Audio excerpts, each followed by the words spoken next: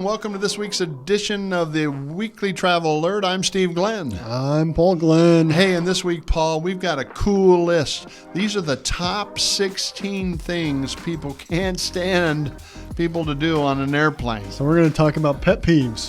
The pet peeves of the airline. Okay. Almost. There Wow. we go. Yeah, so before we do that, we're going to also talk about Seatback video screens. We're going to cover all the email marketing that the airlines are about to swamp all of our customers with. Before we get into that big list of 16, I want to thank our listeners and watchers today. This is Executive Travel, and we've been working with the Weekly Traveler. We started 38 years ago by sending out faxes. We sent out like 100 faxes. Then we got a bigger machine, sent out 3,000 faxes.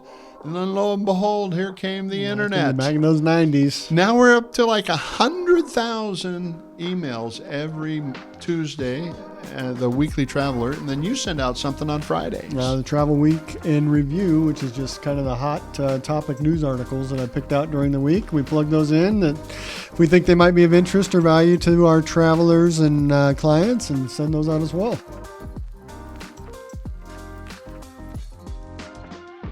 Before we get into the big list of 16 pet peeves for the airlines, we're going to talk about seatback video screens. You know, years ago, decades ago, that was all the rage. Put a video screen on the back of a seat so people could watch that. And then the airlines said, hey, we're going to cut some costs. And they said, well, people have their own iPads. They got their own computers. They don't need a seatback screen. So they started getting rid of them. And guess what's happening now? They're coming back. Yeah, this is one of those where I like them. I noticed on my flight from Boston to Chicago last week, we didn't have them. I don't necessarily watch, but I don't mind having a sporting event up there. I might be reading. I might be wanting to sleep. Having it not there last week, I did take notice that it wasn't there. So it's one of those, I think it goes to where the frustration comes is it's great if you have your iPhone or your iPad, but on half of the flights, the Wi-Fi doesn't work. Yeah. So then you got nothing.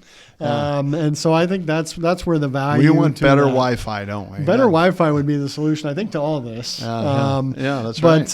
But yeah, no, I think there is some value to them. Long term, I don't know, but I have noticed on the newer flights. I was on a new Max 737 Max here recently, and they not only had that, but you could also now Bluetooth. So you didn't have to use the plug-in headphones.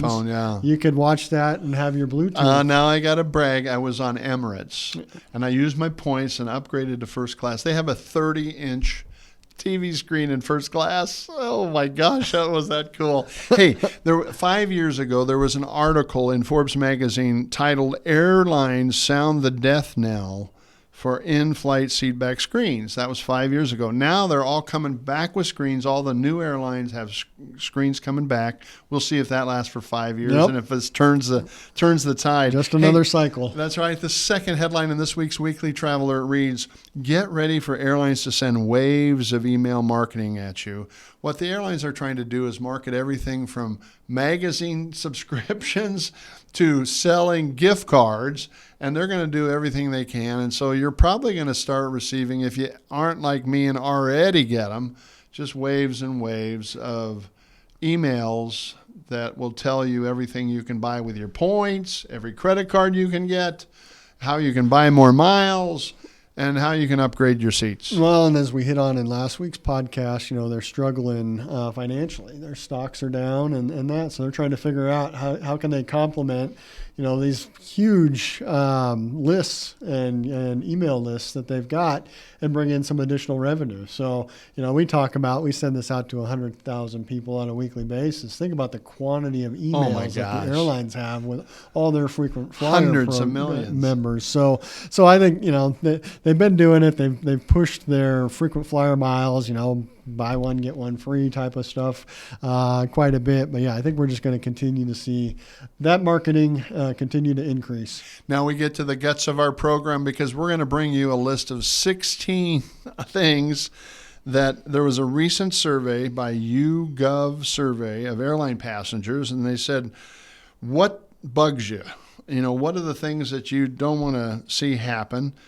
And I went through these 16, and I think I failed on 7 of them, Paul. Okay. So I'm failing on these. So the number one thing that bugged people is when passengers let their children play in the aisle. 87% of the people that were on the survey put that as their number one reason. Number 2, people getting drunk. I don't see that much, I guess. This is a tough one. I mean, this is very, very individualized. Some people can have 2 drinks and then they've lost their ability to make wise decisions. Other people, they can sit there and you see a lot of these. As we joked about it after my meeting here a week ago, after one of the topics, one of the guys is like, I may be the guy sitting at the bar in the club having a drink before noon today, but some of those guys they do it responsibly. But I think this comes a lot probably from what we see in the media. And Sure. Since COVID, COVID is probably where this peaked, where we had a lot of unruly passengers. Unruly, yeah. And so I think that's actually the bigger issue. And the assumption is if there's alcohol involved, then that unruliness probably gets heightened a little bit. But, as far as just seeing somebody that's had one too many, I don't see it either. I don't either. Hey, number 3 reads, leave their seat during turbulence. 82% people said that bugs them. I don't do that. If I don't have to do it, and obviously the only reason I would get up is if I had to use the restroom and it was urgent. Well, and actually, and I don't know if this is on your list somewhere. I don't think so, but I get more annoyed when somebody leaves their seat while we're still taxiing. Yeah. Because then all of a sudden it's dangerous to be on the runway, but 2, that could delay the flight. So I think there are other things that are similar that cause annoyance to me. How about number 4? Watch a movie or show without the headphones. 81% said that, and your Bluetooth that we mentioned in our last podcast is going to deal with that. Number 5, leave trash in the seat back pocket when they exit the plane. 79%. Okay. I've done that because what are you going to do with the trash if they haven't come by with if the flight attendant doesn't come by and get the trash? That was you've got to stick it somewhere or throw it on the ground. That was my thought. You get to that last 30 minutes of the flight, and especially if there's turbulence or other things going on, and you have no place else to take that. So that's one I think I could go either way. Hey, ladies and gentlemen, if you have any pet peeves of the airline or things you hate to see when you're traveling, send us an email at info@executivetravel.com. We'd love to hear from you. And in the very future, we're going to add surveys to our weekly travel alert, so you get to tell us what you feel online. So with that, number 6, use both armrests when someone is sitting next to them. Okay, I do that. I accidentally do that, but I don't. I try to give people the right of an armrest. That poor schmuck in the middle seat, he needs an armrest or she needs an armrest too. We did etiquette on one of these probably 6 months ago now, and that there actually is a rule to the armrests. And if you're that middle guy, you actually have the right to both of the armrests. All right. If you're on the window, you get lean against the window. If you're on the aisle, you get the one on the aisle. But the poor schmuck in the middle actually has the rights to both of those. Okay, number 7, eat strong-smelling food. 69% said this bugs them. Now, Snurdly, you may travel in Southwest. You got people's bringing on Subway sandwiches, Greek gyros, all that stuff on board, right? They just bring it on and they're snacking away right beside you. And people say they don't like that. Number 8 is not pay attention during the safety demonstration. Okay, I'm guilty. Okay, I've heard this. I can recite this in my sleep. I can put it to a sonnet. I can make a poem of this. I've heard it so many times. I can repeat it backward. I can say it in German. I've heard it so many times. So I'm not paying attention when they say it, okay?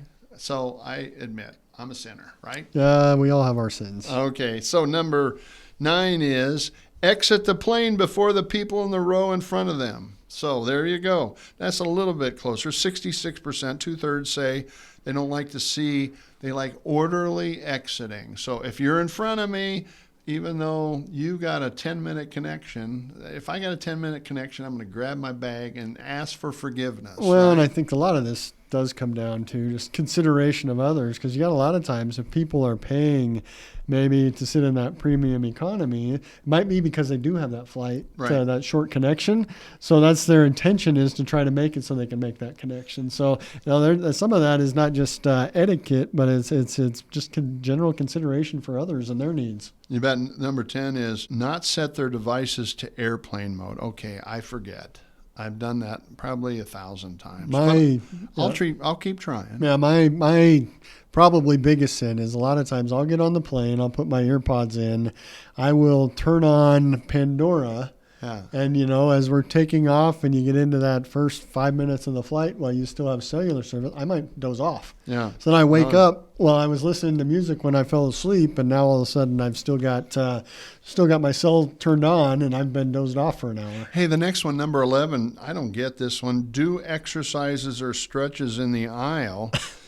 On long flights, I'm going to stand up and I'm going to stretch. I mean, this one I don't think is right. It's they've got 63% of the people say that bugs them. It's one thing to stretch. It's another thing to pull out your yoga pad and do a full-on yoga set in the aisle of an airplane, which I have seen. So that's one of those. I think there's something that makes sense, and there's something that is going a little overboard. Oh, the next one, you're going to love this one, Paul. Number 12, remove your shoes. Oh, that could be tough after a sweaty day in Nebraska when it's 110 degrees today. Yeah. So that's 55%. And climb over a seatmate to use the restroom. Number 13. Well, when you gotta go, you gotta go. I don't get that one. And that's why I always want the aisle seat. That is my number one reason why I have to know that I've got access to that aisle seat, because I don't want to climb over somebody. I'm the first guy that might fall asleep on the airplane, and so if somebody has to climb over me, and I'm not bothered by that. Sure. Because, if they'll let me remain in a restful state, then I'm happy that they can get to do what they need to do. You bet. Number 14 is watch a movie or show that includes scenes with nudity. Well, I really haven't seen that kind of stuff, I guess. Maybe I'm not looking around or something, but 55% say they don't want to see that. I think some of that actually goes to the airlines and what they offer for the movies. That's true. Because I think that's... I don't have Netflix. I don't have any of those where I'm bringing my own device and watching something I've recorded. So I rely on what's on the screen that the airlines put in front of me. And so if they're putting it on in front of me, then I'm assuming that they've censored it to the level that it should be. Now, they do put in the small print. Pay attention to those around you, and if you think something on here could be offensive, then make another selection. So they cover themselves, but they should take some look in the mirror on this one a little bit. Number 15 says stand up immediately after the plane lands. Paul, I am guilty.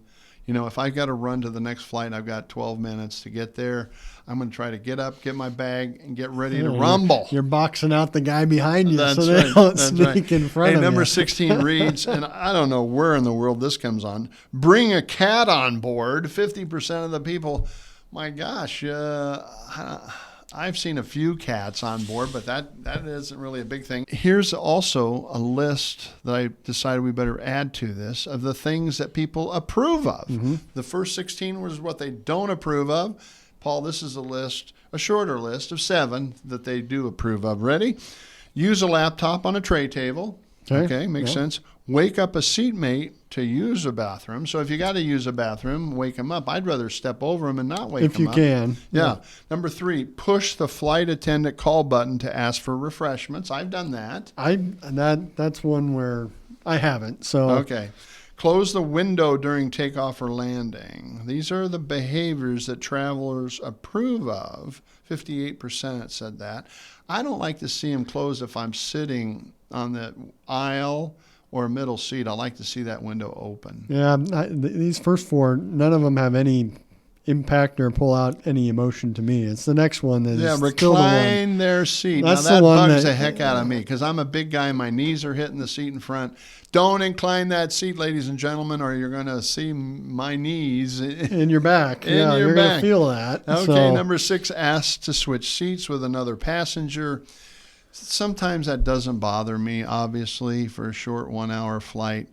And I can understand that with families and other things. But the reality of it is sometimes people have paid for that seat. Exactly. And they have a right to that seat. They paid for it. I think it's a matter of common courtesy of what you should do or not do. But it's also common courtesy to have people not ask for things that they didn't pay for. And I think some of this comes to what is the inconvenience factor. If somebody asks me for my seat and I've got the aisle seat, well, if they have another aisle seat, then I'm likely to agree with that. But I'm not going to give up my aisle seat to go sit in the middle seat. Come on, where's that good Samaritan in you? Huh? Hey, number 7, chat with a stranger next to them for the entire flight. I guess I'm fine with that, but some people are just chatty, and then sometimes on the flight, that's when I get asleep. Well, that's I think why the earpads or iPods are so important to me is depending upon what kind of mood I'm in, I can set that tone before I even sit down in that seat. Hey, we've had a lot of fun today talking with the Weekly Traveler at Executive Travel. It's been in business now for almost 38 years. If you can visit us on the web at executivetravel.com, we have an easy phone number to remember, 402-435-8888. And now Paul gets to tell you all the zip, boom, bing that we got to do to make sure you subscribe and do all that other stuff. Please like, subscribe, share, and add any comments or feedback below so that we can hit on any topics that might be important to you in a future episode. Thank you for joining us, and we will see you next week.